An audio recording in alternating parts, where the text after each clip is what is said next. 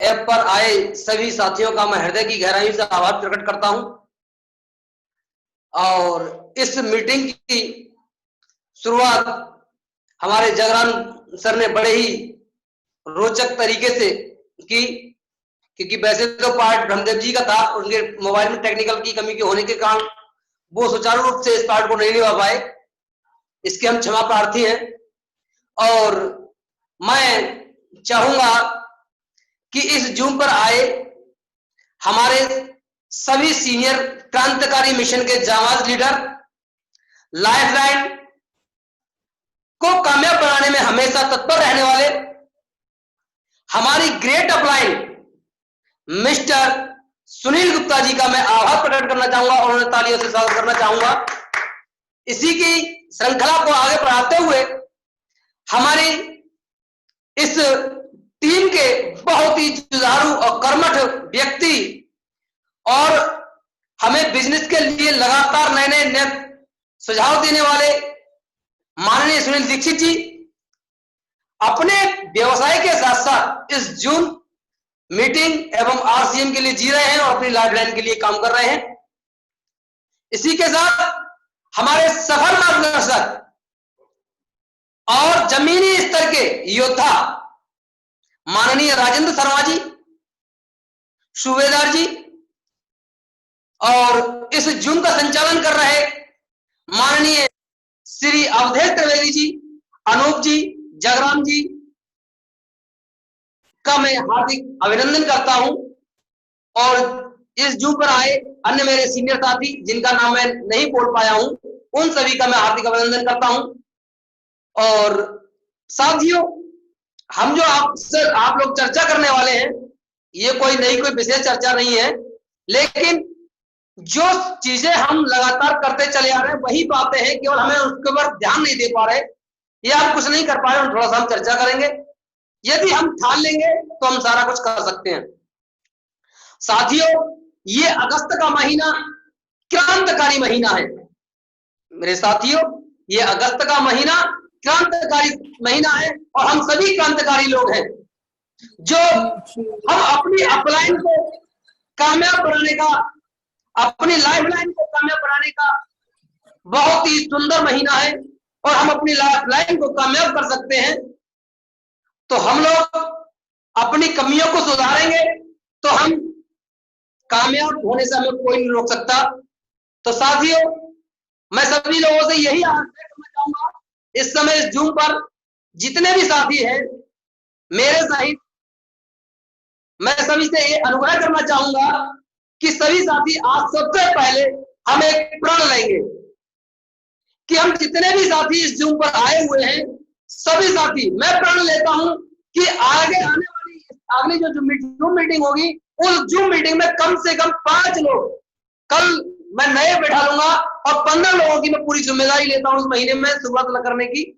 तो सभी साथियों से मैं जिम्मेदारी दिलाना चाहता हूं, अनुग्रह करना चाहता हूं कि सभी साथी, जितने भी साथी हैं, यदि हमें कामयाबी के रास्ते पर चलना है, कि जितने भी सीनियर साथी हैं वो तो सारे लोग यहाँ पर आते हैं और मीटिंग होती है, मगर उससे हमारी मीटिंग पर कोई भी प्रभाव ज्यादा नहीं पड़ने वाला।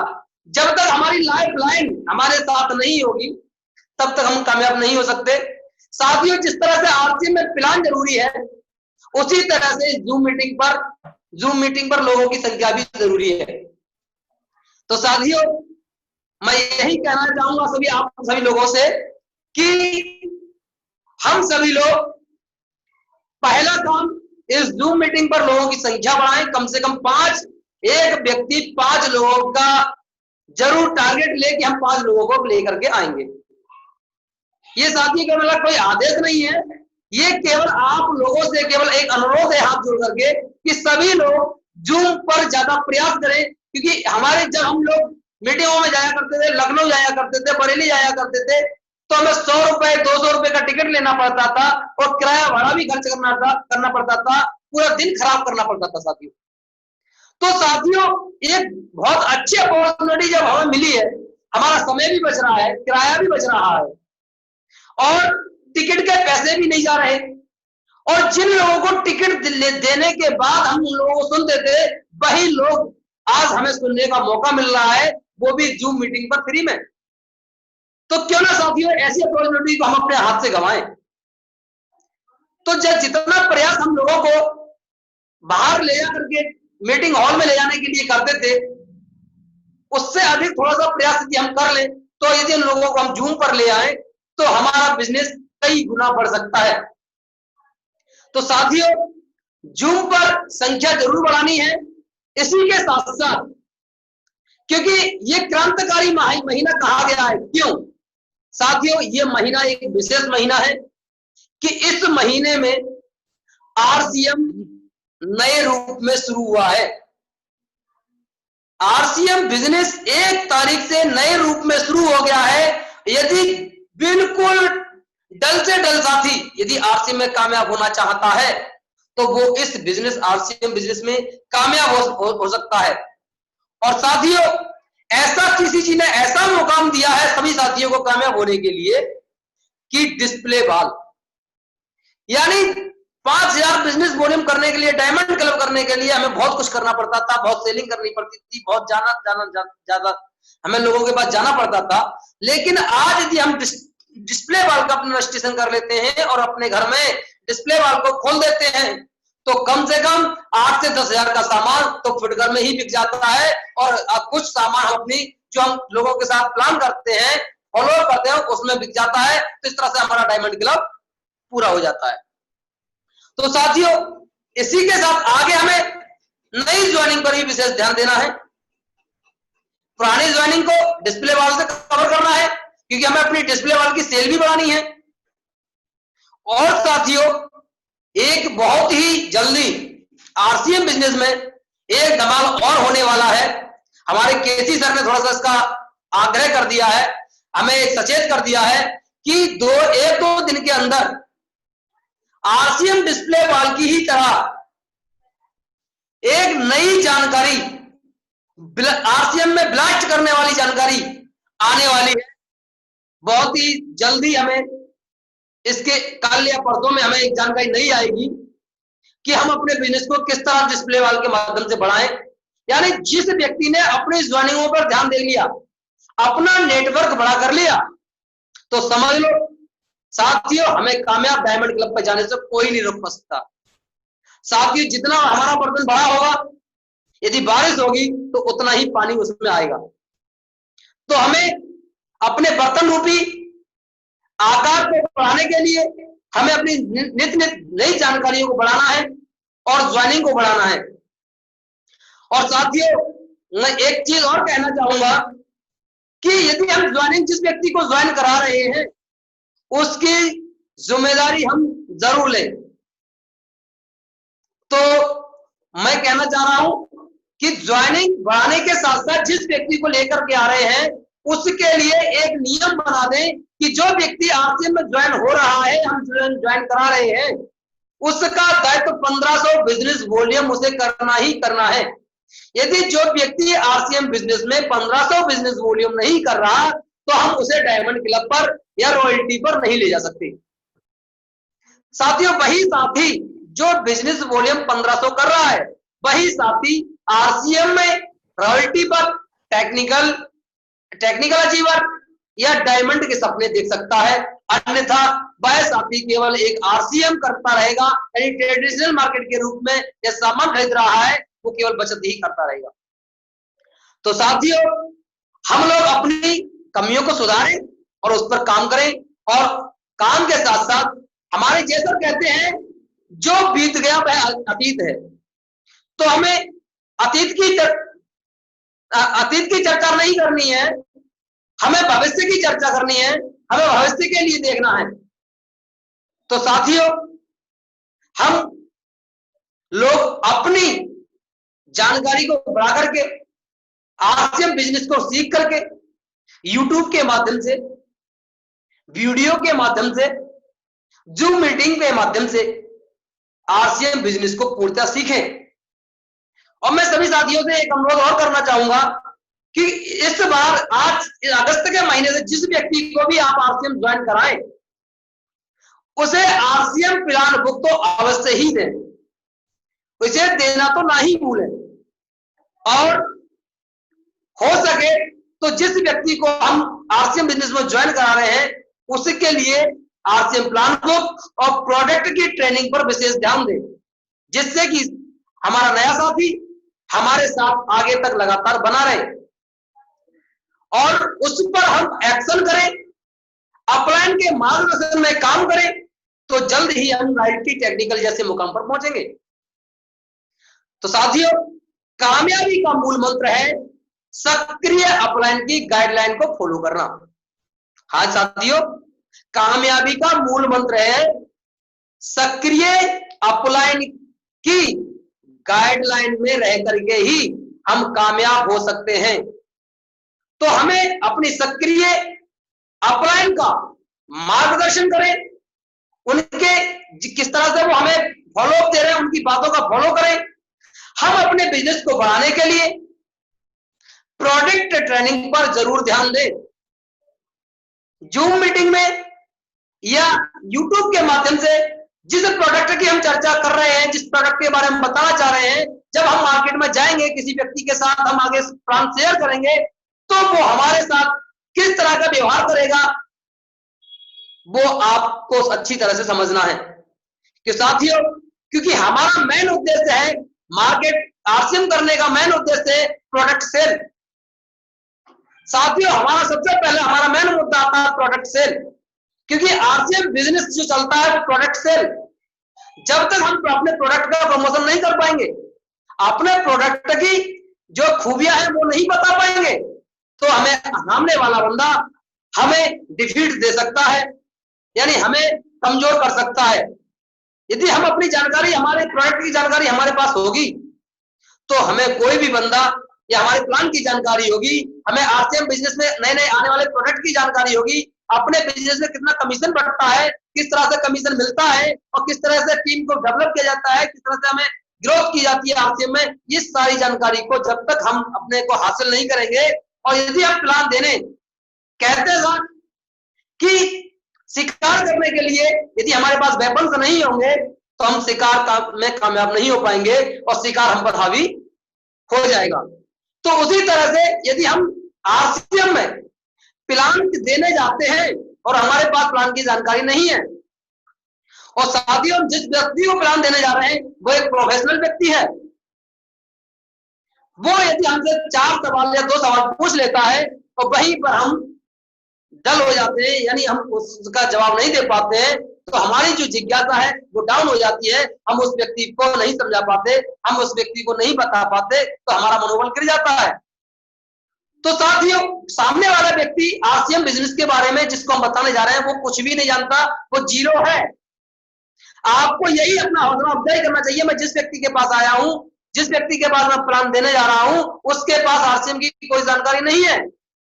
तो हमारा मनोबल ऊंचा होना चाहिए कि हम जिस व्यक्ति को जो चीज बताने जा रहे हैं, यानी आरसीएम में जो हम उसे बताने जा रहे हैं, प्रोडक्ट के बारे में बता रहे हैं, तो प्रोडक्ट की नॉलेज हमें है, उसे नहीं है। जैसे कि साथियों, इस समय हमारे भविष्य के हम जो भी काम कर रहे हैं, किस भविष्य के लिए काम कर रहे हैं? अपने बच्चों के भविष्य के लिए काम कर रहे हैं, अपने भविष्य के लिए काम कर रहे हैं। तो साथियों, हमारे पास आरसीएम बिजनेस में सबसे बड़ी ग्रेट अपॉर्चुनिटी है वो है प्रोडक्ट, और वो उसमें भी एक प्रोडक्ट है न्यूट्रीचार्ज। साथियों, हम न्यूट्रीचार्ज हरित संजीवनी पर दवा करके काम करें, इसका कोई तोड़ किसी भी मार्केट में नहीं है। एफएमसीजी पर आपको लोग बगलवा सकते हैं, मगर हम उनसे कहीं बेहतर हैं। तो साथियों, हमें प्रोडक्ट ट्रेनिंग की तो विशेष जानकारी लेनी ही लेनी है। तो जिसमें मैं आपको बताने जा रहा हूं, हम जिसके भविष्य के लिए काम कर रहे हैं, यानी अपने बच्चों के भविष्य के लिए, तो इस भारत देश में हमारे बच्चों की संख्या 45 करोड़ है। साथियों, हमारे देश में बच्चों की संख्या कितनी है? 45 करोड़। यदि 1% भी यदि हम बच्चों को काम कर ले, बच्चों के प्रोडक्ट पे काम कर ले, तो हमारा बिजनेस बहुत ही बूम पर जा सकता है।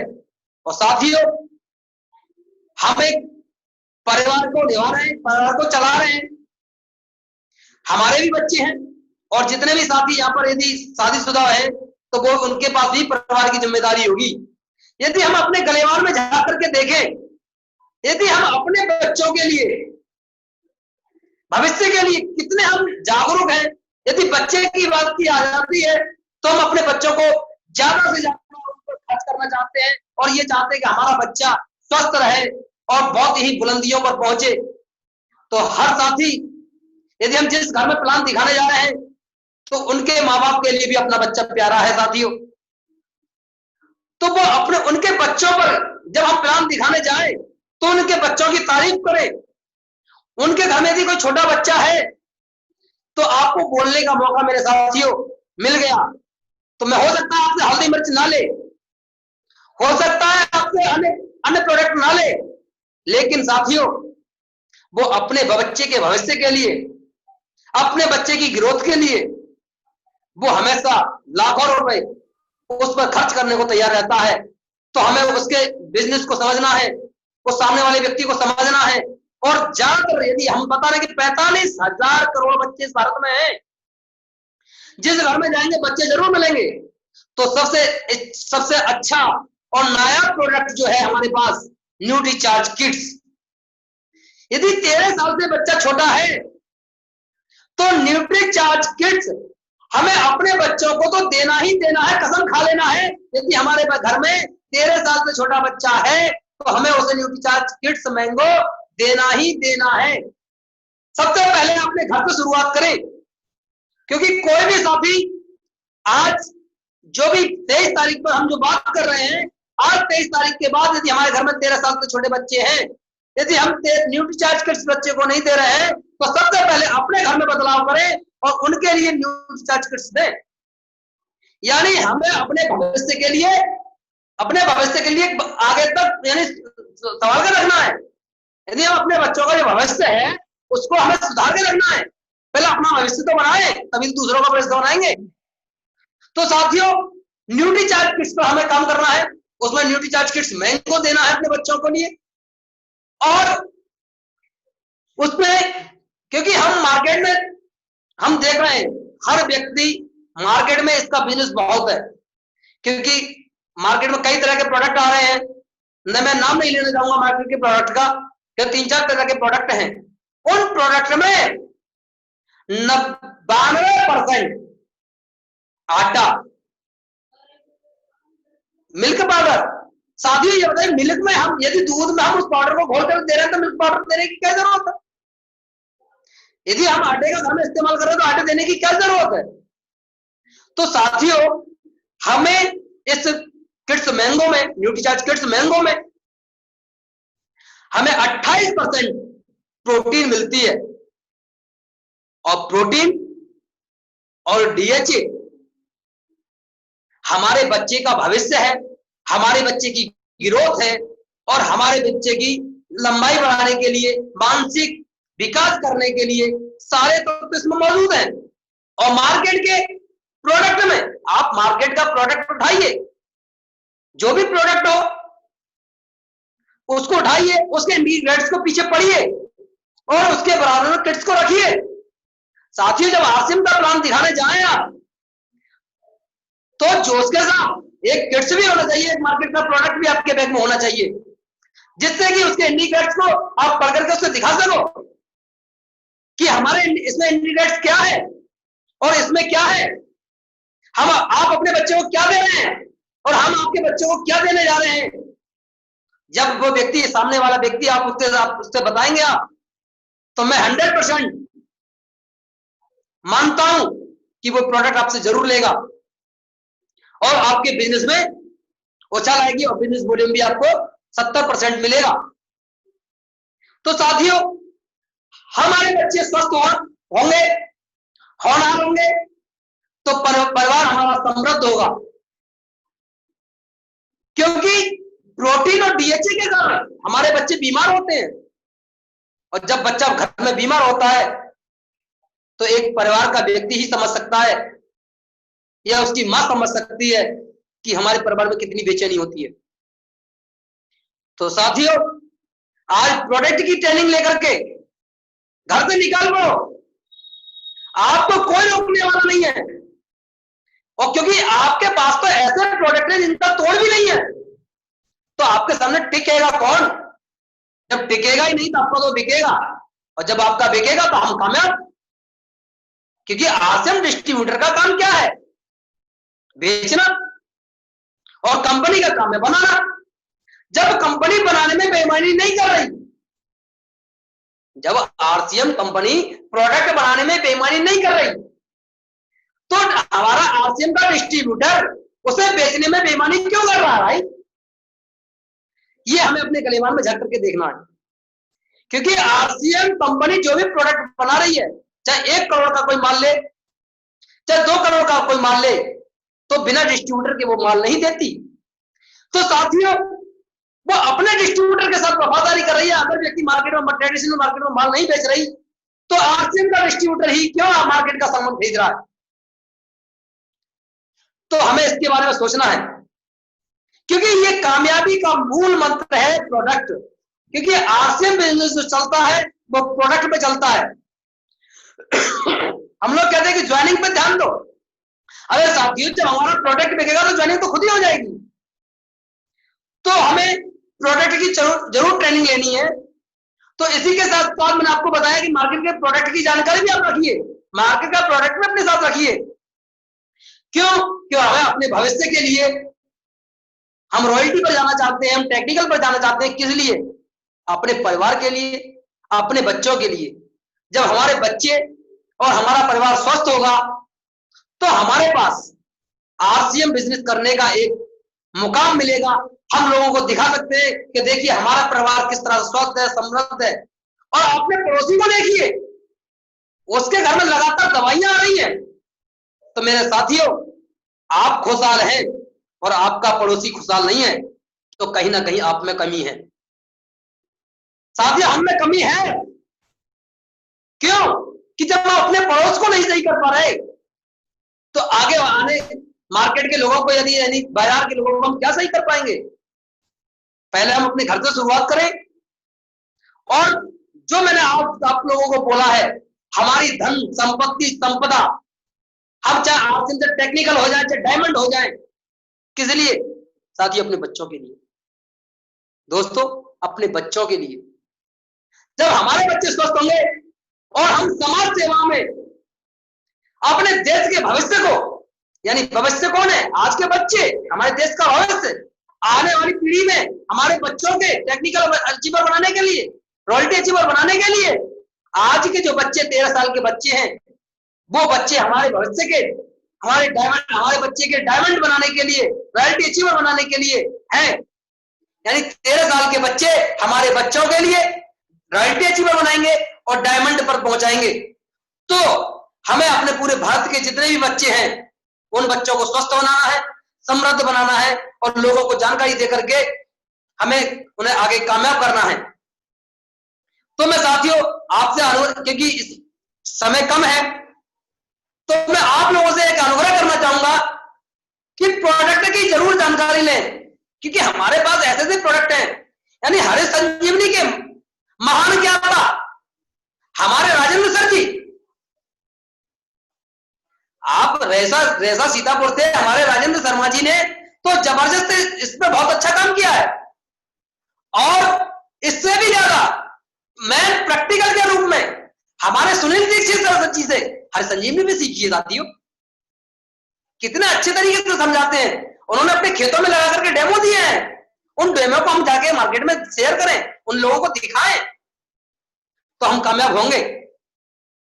तो साथियों, तो मैं कहना चाहूंगा, यदि हमारी शादी आज ही हुई है और हम अपने बच्चे को बनाने की प्लानिंग कर रहे हैं,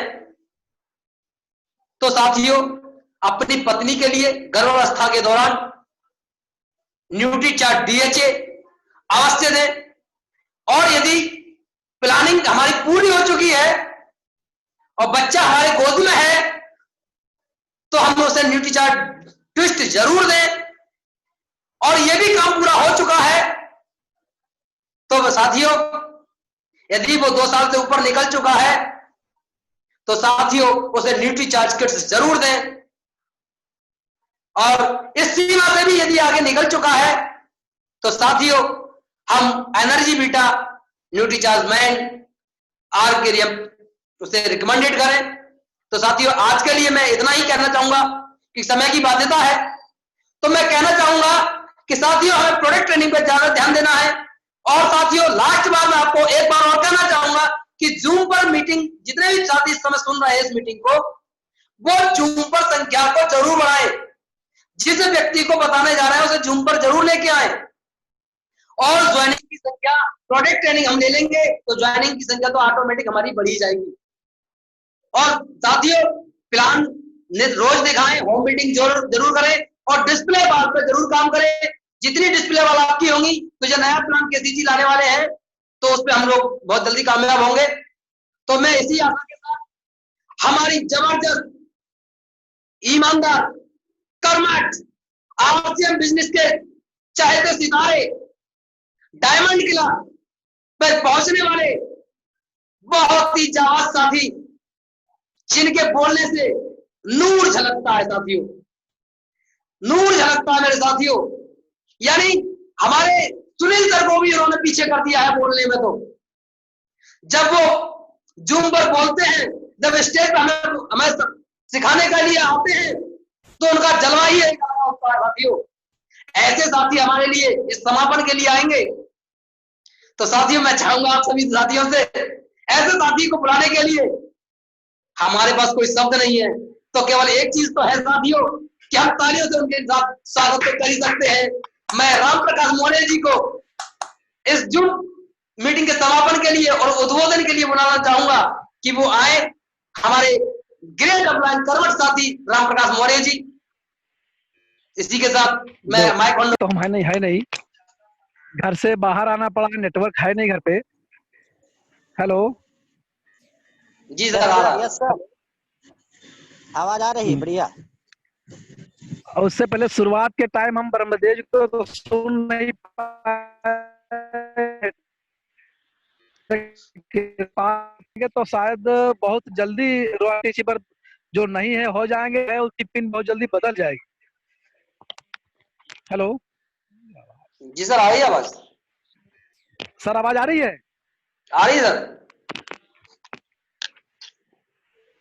हम लोगों को कहीं बहाने नहीं करने चाहिए भाई। एक हम छोटी सी कहानी बताना चाहेंगे। आजकल लाखों कंपनियां, हर 10वां आदमी कोई ना कोई कंपनी से घूम रहा है।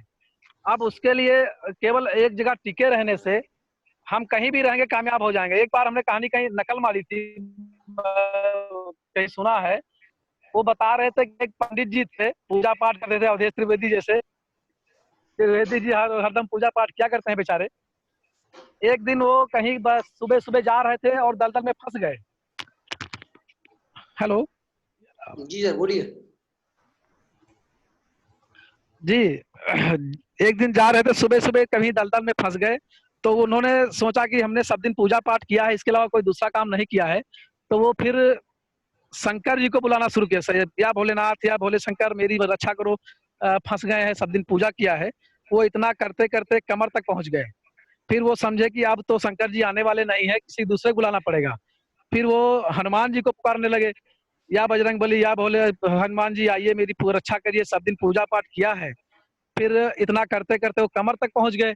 हनुमान जी फिर नहीं आए। फिर उसके बाद में वो कहे ये भी नहीं आएंगे तो फिर हमको अब दूसरे को बुलाना पड़ेगा। तो वो फिर दुर्गा जी को बुलाने लगे, या दुर्गा माता हमने सब दिन पूजा किया है, ईमानदारी से किया है, दूसरा काम नहीं किया, दूसरे का नाम नहीं लिया, आइए मेरी रक्षा करिए, जीवन संकट में है। इतना करते करते वो हाथ पैर हिलाते रहे और दलदल में फंसते चले गए। और बाद में वो भगवान का नाम लेते लेते मतलब ऊपर चले गए, खत्म हो गए। जब ऊपर एक दिन सुबह सुबह बैठे थे वो स्वर्ग में, भगवान का नाम लेते लेते स्वर्ग मिला, इसलिए ऊपर बैठे थे। तो सुबह सुबह नंदी पर बैठ के भोलेनाथ घूमने गए तो सब लोग नाच गा रहे थे और ये पंडित जी एक किनारे गुस्से में बैठे थे। उन्होंने पूछा भाई आपको क्यों तकलीफ है, क्यों बैठे हो? तो कहने हमसे फर्जी बात ना करना, गुस्सा बहुत लगी है। कहने क्या हुआ भाई? कहीं सब दिन जिंदगी भर पूजा किया और पूजा करने के बाद इसके अलावा कोई दूसरा काम नहीं किया, जब मेरा काम लगा मेरी जान खतरे में पड़ी तो आप बचाने नहीं आए। तो उन्होंने कहा भाई हम तो तैयार बैठे थे। कहीं झूठ बोल रहे हो? कहीं कैसे? कहीं जब आप हमको बुला रहे थे तो हम ऐसे बैठे थे भाई, सांप लपेटा, त्रिशूल तैयार किया, शेर तैयार किया, जैसे चलने के तैयार हुए आप तुरंत हनुमान जी को बुलाने लगे। तो फिर अब हमको जिस रूप में बुला रहे उस रूप में आना है, तो फिर भभूत छोड़ी, फिर रंग वो सिंदूर लपेटा, मुंह बनाया, और फिर जैसे हम उड़ने के तैयार हुए तब तक क्या दुर्गा जी को बुलाने लगे। फिर दुर्गा जी का फिर हमने पूरा बदला, फिर मेकअप किया, मेकअप करने में देर लगता है, साड़ी पहनी, शेर तैयार किया, जैसे चलने के तैयार हुए आप यहाँ चले आए। तो उसमें मेरी क्या गलती है? जब आप जिस रूप में बुलाओगे उस रूप में आएंगे। तो उसमें भाई जब कहने का मतलब ये है कि कोई आदमी भाई एक नाव पे मतलब एक जगह टिके रहो, जब टिके होगे तभी कामयाब होंगे। अगर आप बार बार बदलते रहेंगे, लालीपाप लेते रहेंगे, तो जिंदगी में कामयाबी नहीं मिलने वाली है। हर आदमी को एक जगह कहीं भी सही से पहले प्लान देख लें। फिर इसके आरसीएम से अच्छा है पूरी दुनिया में कोई सिस्टम नहीं है।